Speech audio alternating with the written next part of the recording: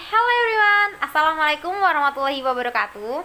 Jadi kami dari kelompok 2, yakni dengan saya Wasilatul Barira dengan NIM T20197129, dengan teman virtual saya yakni Alfi Sofroliza NIM T20197130, Prodi Tadris Matematika. Nah, jadi kita membuat video ini dengan tujuan untuk memenuhi tugas mata kuliah Peradaban Islam dan Islam Nusantara, di mana kita adalah mahasiswa Tadris Matematika, kelas Matematika 4, Fakultas Tarbiyah Ilmu Keguruan IAIN Jember. Jangan lupa disimak ya.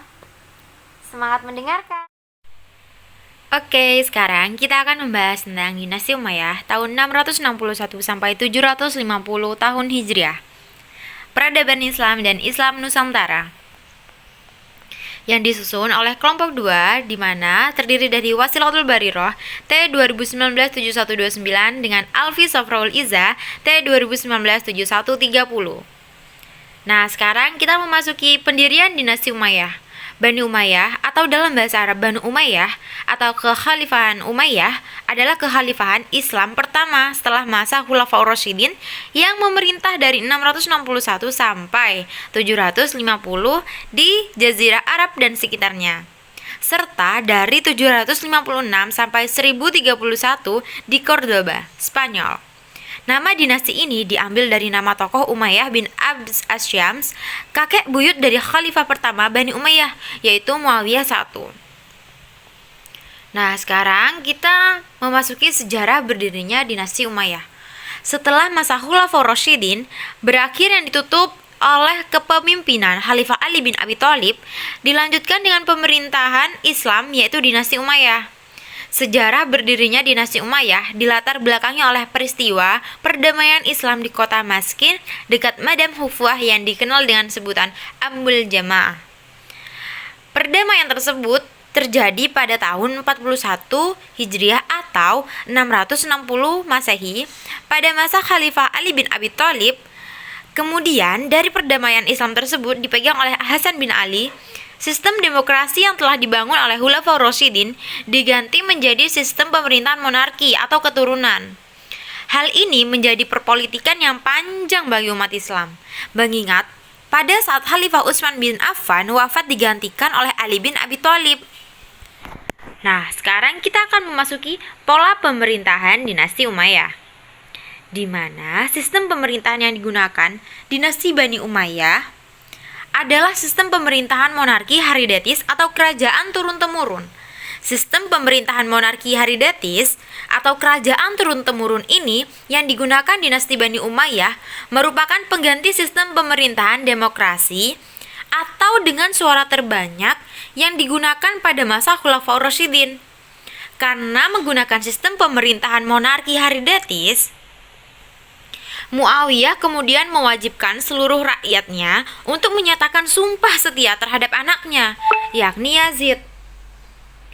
Sistem pemerintahan monarki tersebut digunakan oleh Muawiyah bin Abu Sufyan berdasarkan pengaruh sistem monarki yang berlaku di Persia dan Bizantium saat itu.